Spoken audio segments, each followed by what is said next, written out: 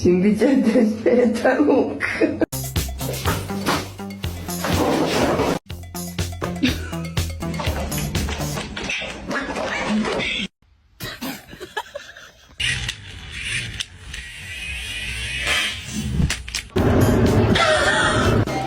That's about all he said since he walked up in the road.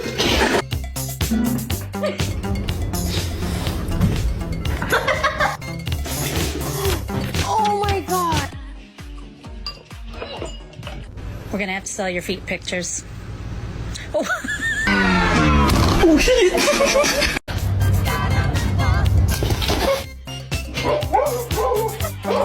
Nice long body, perfect form, beautiful teeth.